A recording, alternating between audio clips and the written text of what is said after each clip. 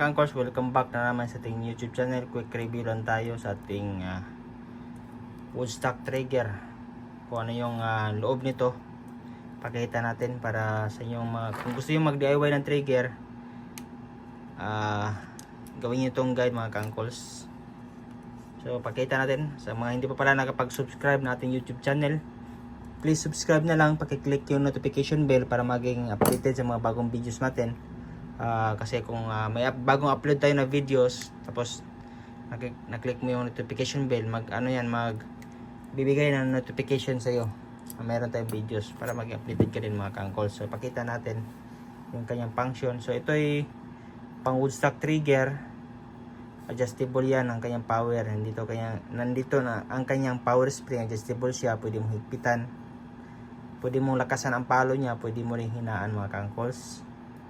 So ganoon din ang kanyang trigger pull. Dito ang kanyang adjustan. Focus natin. Yan. Yan sa loob. Yung pala, yung stopper ng trigger natin nawala. Ilagay muna natin. Mga ka-anchors nalagay na natin. So ito, nasa baba yan yung magtutulak ng yung trigger pull sa ilalim. Yan, pag ikasa mo yan, tapos pag itutulak mo, yan yung magtutulak sa trigger mo, atras siya. Bali, kukunti na lang yung space niya para pag kalabit mo, kunti na lang yung kakapit.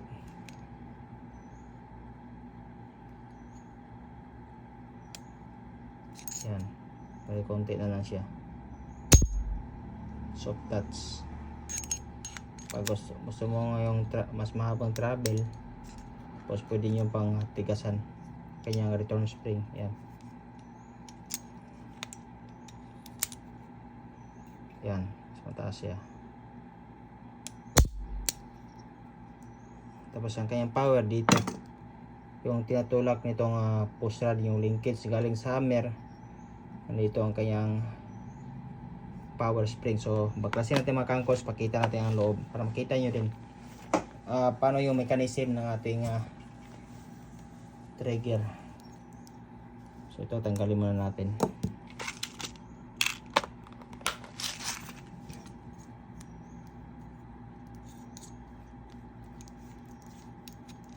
Ito kanyang power housing. Ayan, yung kanyang power spring. Yan mga ka-anchors, ganyan yan.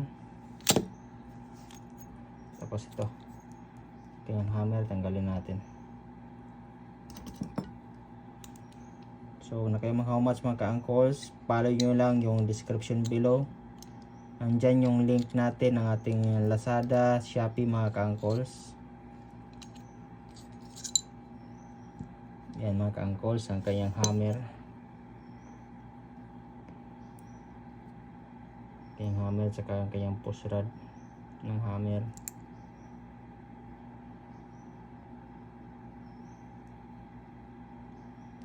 Maganda, napaka-komportable hawakan. So ganyan, pagtulak mo, babaon yan habang tutulak ng spring. Tapos ang kanyang linkage sa trigger mechanism sa trigger pull, tanggalin natin. Yung kagandahan nito, hindi siya pin lang, naka-screw siya, kaya hindi siya basta natatanggal. Unlike sa ibang mga trigger, naka-pin lang, tagalan tatanggal. Tapos kapag mawala, yun, mahirapan mo ka nang balik ulit. Tapos pag matanggal yung pin na yan, yung ibang parts matanggal na. Unlike nito, naka-screw siya. Kaya ahanin mo yung mura kung hindi naman quality. Ganun din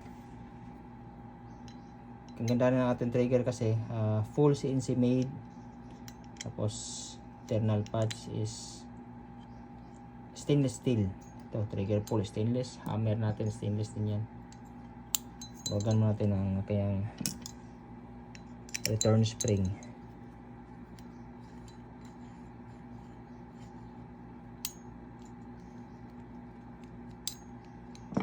malambot na.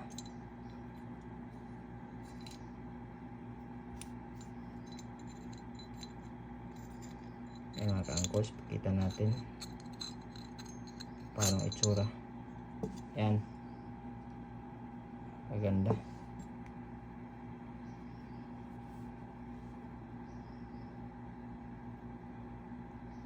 Ayan mga ka-angkors, kayang linkage papuntang trigger pull.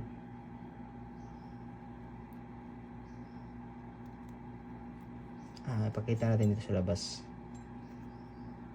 paano siya gumagana.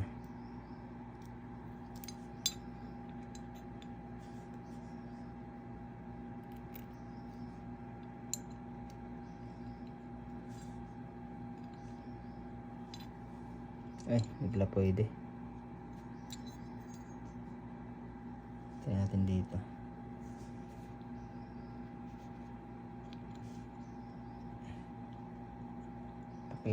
Pakita natin paano yung function niya mga ka-angkors,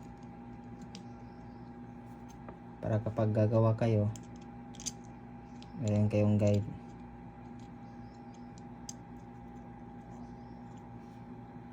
Yan, tapos itong hammer, hindi pala pwede dito mga ka-angkors, baliktad.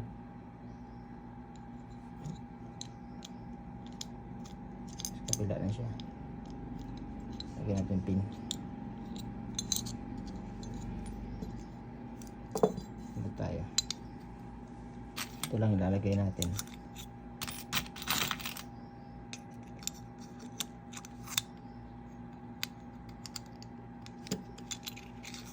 Yan. Tapos ito. Yung mga ka-angkors. Kabit natin.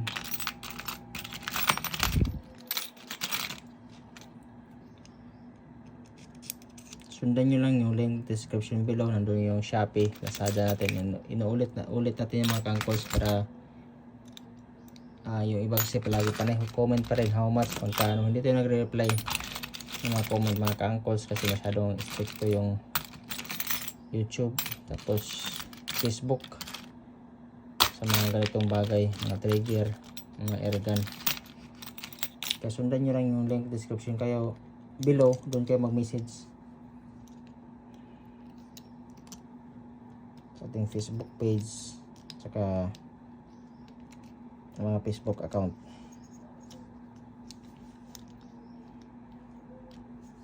Yan mga ka-angkors, yan sasabit. Pag hilain mo yan, bali pag hilain mo to, yan sasabay yan, tapos bibitaw na siya, papalo kasi ito nakatulak to. Try natin. Tapos ipapalo naman siya return spring. Pagkasama ulit, sasabit siya pa. Yan. Pa. Tapos pagkalapit mo, yan. Ganoon naman siya ulit. So, stainless yan mga ka-angkors. Kaya, iwas kalawang. So, ilapit natin. Tapos yan, power niya. Yan, nakatulak yung spring. Tapos, ikakasama mo ngayon. Pagkasama mo, pag bitawan mo, sasabit siya dyan. Tapos pag kalabit mo, bibitaw siya, papalo siya. Yan mga ka-angkors. So kapag gusto mong mag DIY, meron tayong ganitong klase naman, yung isa naman. So sold out yung isang trigger natin. Ito mas simple siya. Yung linkage niya isa lang. Yan, diretso na siya. Ito yung trigger. Isa lang yan. Mas madali siya. Ito kasi sinadya yan kasi yung Phoenix 3 medyo malayo. Pinakompact natin kaya merong ganyan. Ito naman. Simple, napaka-simple lang. Ito, nakano yan. Yan. Naka-spring yung power niya. Pag kalibit nyo, yan, ito naman nakatulak palagi. Pag kalabit mo, dyan sasabit siya. Tingnan mo ka-angkors. Yan, sabit siya. Tapos pagkalabit mo, bibitaw na yan. Hawakan natin. Bibitaw na yan. So mga ganito, meron tayong mga CNC made nito. Ito kasi steel to. Budget mo na trigger. So meron tayong ongoing din nito, CNC made. Pero sa mga parts, meron tayong mga stainless yan. Mga hammer. Saka trigger pull. Yan tayong mga ka-angles. So ito, yung kanyang trigger pull, ito yan. So ito, pinagkabihan lang nito, ito steel. Yan o, steel. Ito kasi stainless. Available yan sa ating Lazada at saka Shopee mga ka-angles. Yan kanyang trigger pull. Tapos ang kanyang hammer. Yan.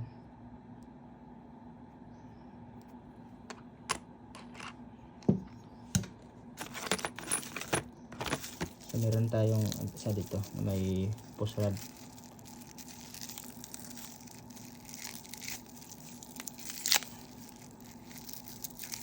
Yan mga ka-angles, patulak yan.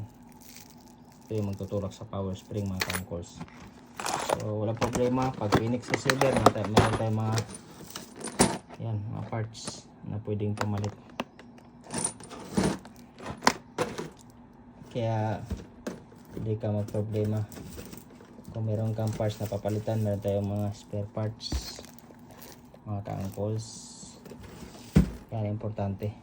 So ganyan, ikabit natin ulit ang ating trigger. Sabay natin itong mga ano. So pinakita lang natin para may guide kayo. Halimbawa gusto nyo mag DIY ng mga trigger nyo, meron kayong mga basihan. So kabit muna natin itong kanyang trigger pull assembly.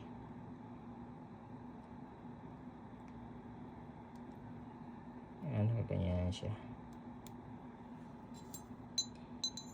Sana hindi tayo mahirapan ito pagkabit.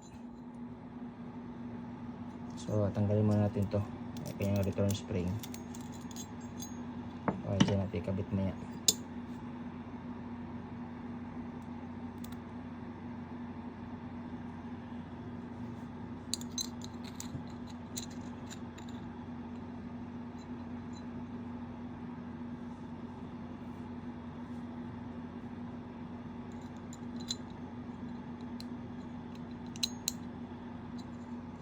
Pasok muna natin sa butas. Ka-angles.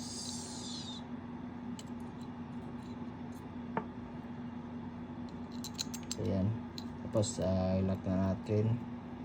Ang ganda nito, hindi siya basta ano lang, pin lang na anytime pwede matanggal o malaglag during hunting. Ang ganda nito, naka-screw siya.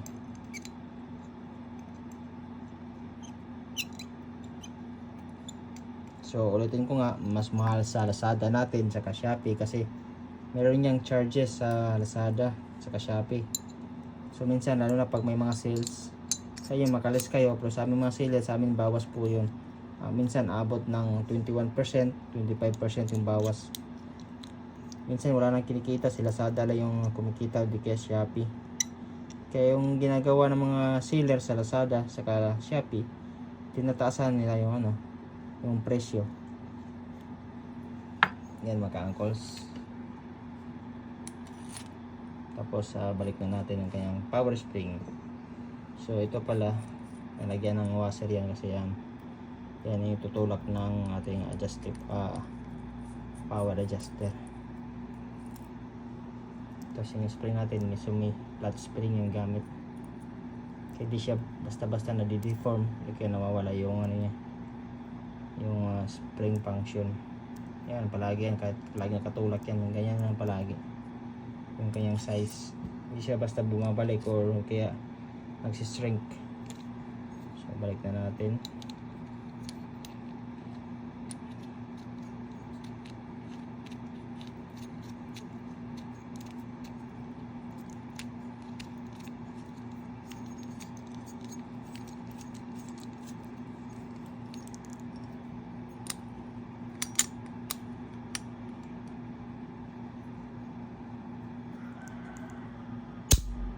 Tapos balik natin ang kanyang spring, trigger pull return spring.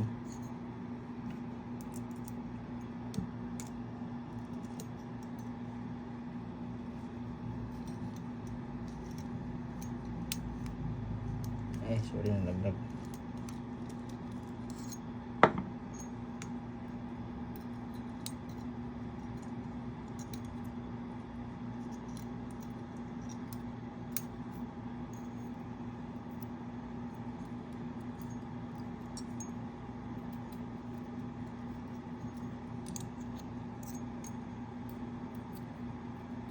Meron siyang ano dyan, may slot yan dyan para lagay sa spring, may butas para dyan papasok yung spring natin.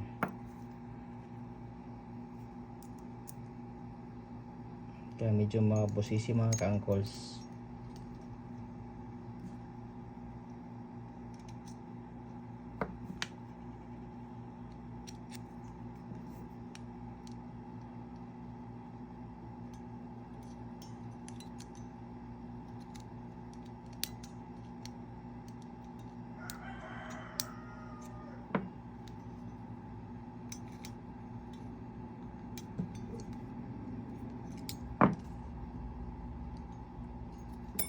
Angkles, nabalik na natin. Lambot.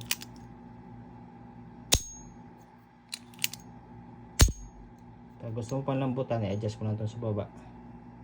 Tapos ito, hinaan mo kanyang spring. So, kabitan natin sa ating Phoenix 3. So kagandahan nito, kasya din sa ating Phoenix 4 at Phoenix 6. So balikan natin mga ka-angkles.